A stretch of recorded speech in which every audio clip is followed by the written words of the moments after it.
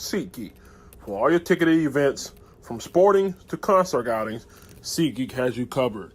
They even conveniently color-coded each ticket on their website from amazing to worst, so you can easily know which are the best deals. SeatGeek, the smart way to buy. Save $20 off your next ticket purchase with the promo code. Yep. This song goes out to you. You know who you are. Some of you guys get so emotional. You remind me of my bee. Hey, everybody, I'm your host, the great got to also the big cat. My cool cat, put the balls up. If you rock with the big cat, let's talk about David Tepper. Rome wasn't built in one day. Let's talk about his plans going forward. But first, one quick question before we get started. Do you love the Carolina Panther like I love the Carolina Panther? Yes? No? Maybe? Do you like that? Check this out, man. Let's talk about what David Tepper got in store. Let's get into it. That boy is good. Before we get started, make sure you subscribe, click the notification bell so you don't miss a video. Now, David Tepper came out in his press conference the other day, and he pretty much laid out the blueprint as far as going forward with this Carolina Panthers team. Now, he also acknowledged that Ron Rivera was a good man, one of the finest men he ever met. I want to check you guys on something real quick. Some of you guys are a little too emotional. This is the business, I thought. And in business, you go into business to do what? Make money, right? Okay. So again, there's a symptomatic feeling, attachment, almost emotional tie with such characters as superstar players and coaches as well. But again, this is a job. This is a business. When has being a great man make you a great coach? No doubt about it. Ron Rivera was a great man off the field. You know what I mean? He preached family ties and practice ties and all that good stuff. A wholesome kind of clean, kind of cut kind of guy. But let's be clear about it.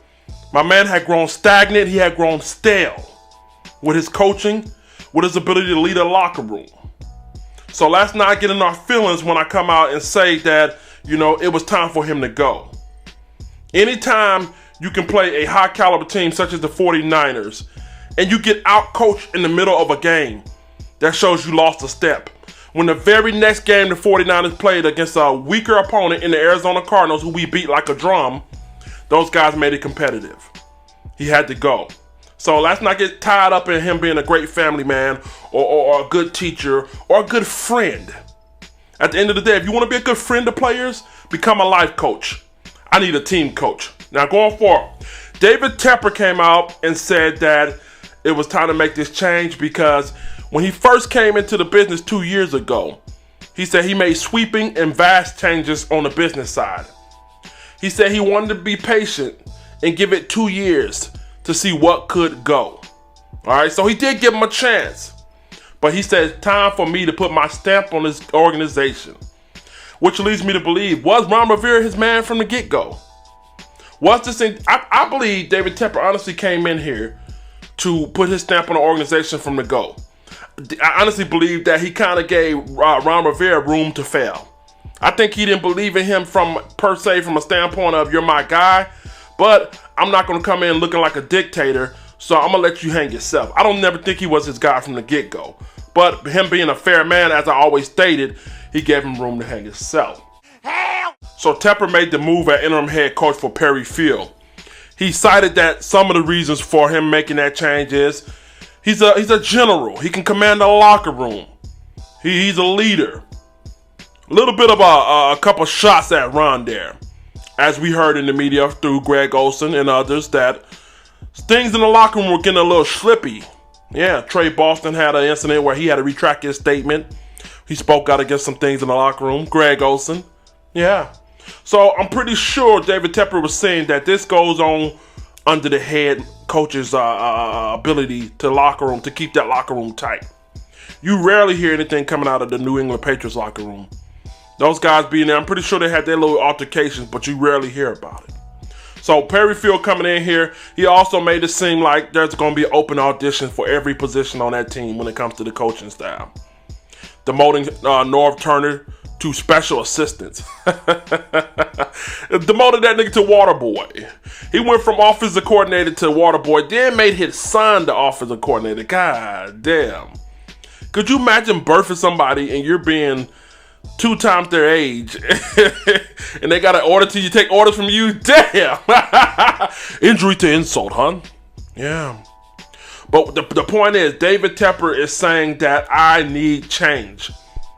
And I'm going to start internally. That's what a good owner does. That's what a good manager does.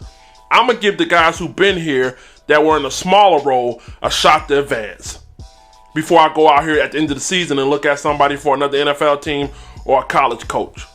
So they're going to have their chance. But tell you this right here. The fact that Norv Turner got demoted to special assistant doesn't bode well. I'm pretty sure he'll probably be one of the next ones to go. Also, Eric Washington being overlooked for that the interim head coach spot as well doesn't look good. Especially when he was calling defensive play calls last year.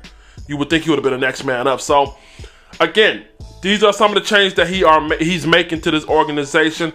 And he also said, I want I want old school discipline with modern process. Do you understand what that means?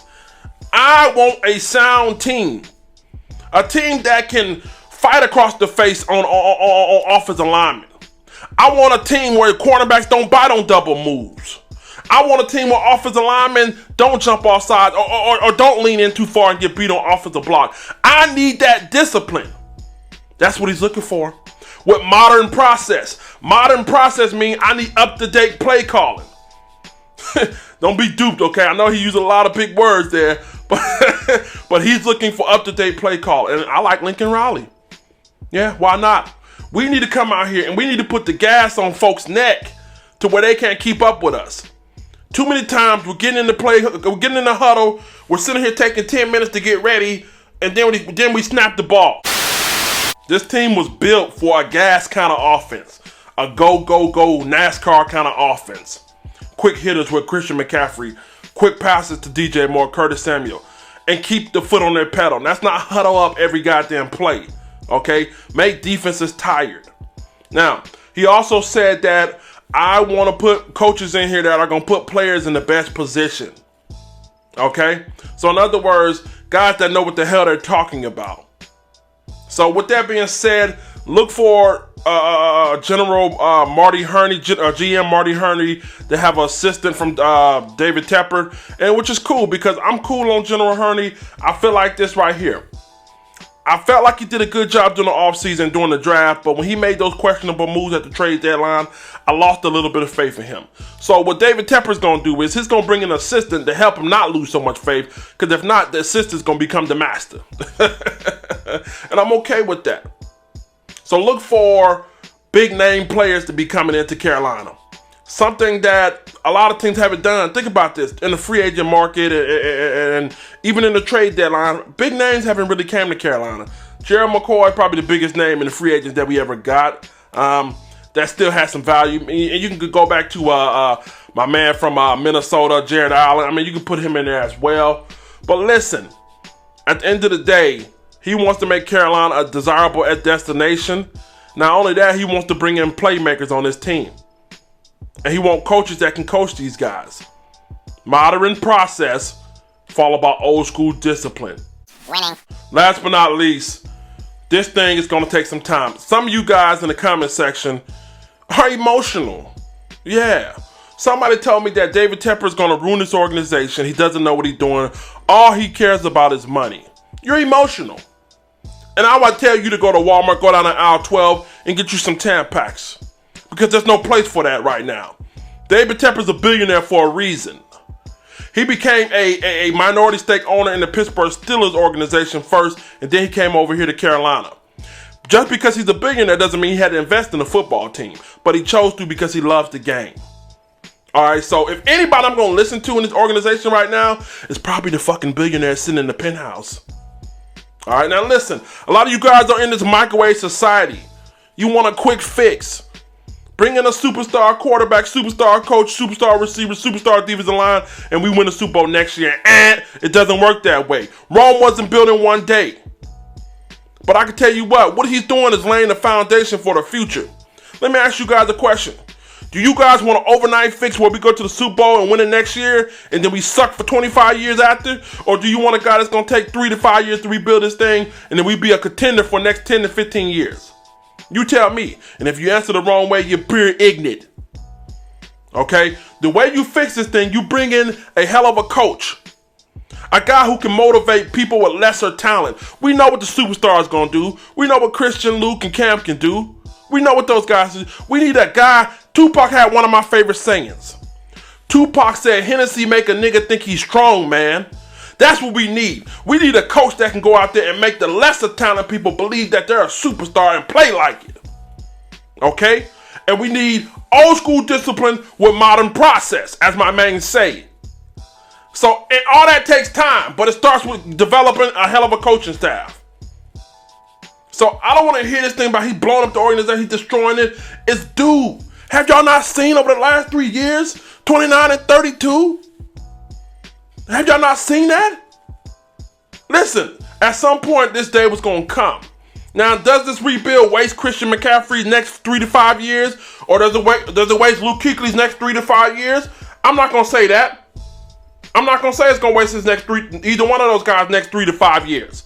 What I'm going to say is, if we get the right coach in there, I think they're going to make the right personnel changes, along with GM Marty Herney and his assistants, and a hell of a coach. I think this rebuild or partial rebuild could last a lot shorter than people think. But ain't no doubt about it. There's going to be some sort of a rebuild, and it's going to take some sort of time.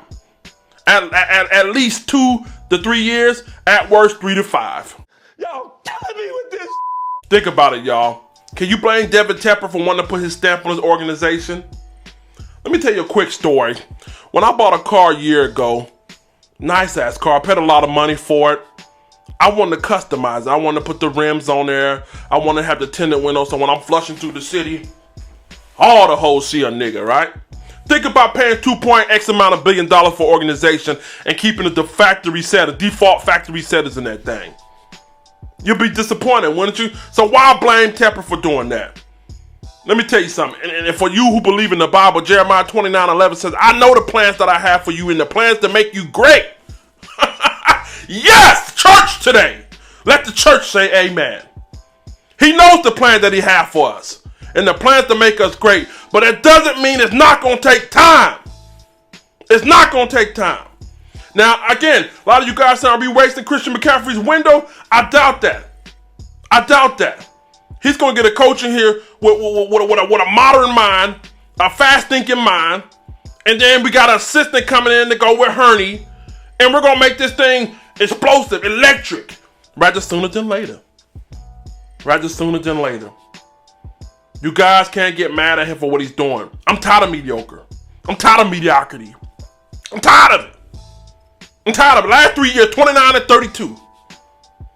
I can't handle that shit no more. Everywhere I go, Carolina Panthers gear, I went to Popeye trying to enjoy me a chicken sandwich. Niggas in there asking me about my team. I said, shut up and deep fry my sandwich. I'm sick and tired of the focus being shifted off of us being the elite champion talent, the team that we are. We have weapons, y'all. But our weapons have been constricted. They have been underused. They have been misrepresented. And David Tepper's here to restore order on these niggas. We're here to take back the South. The South will rise again, and it will go through Charlotte. I'm your host, Grenade Gato, also known as the Big Cat. My cool cat, put your paws up. If you're rocking with the Big Cat, make sure you tune into the podcast. Google FM, Anchor FM, Spotify, all the podcasts on there. Make sure you tune in. Make sure you subscribe if you're new to the channel. Follow me on Twitter, KeyPound_TV, Facebook, Instagram, KeyPound_TV, man. Y'all give him a chance, man. Tepper knows what he's doing. The plan is long. The plan won't be long, excuse me. It's the plan to make us great. Just give him a chance, y'all. Let the church say, there. You clenching your lips. You want some of this? You got a problem? You got to think about it because you might have a problem. Huh? Yes, Drill Sergeant. You have a problem? That's what you're telling me? You want to handle it? Yes, Drill Sergeant. I want to handle it. Let's go.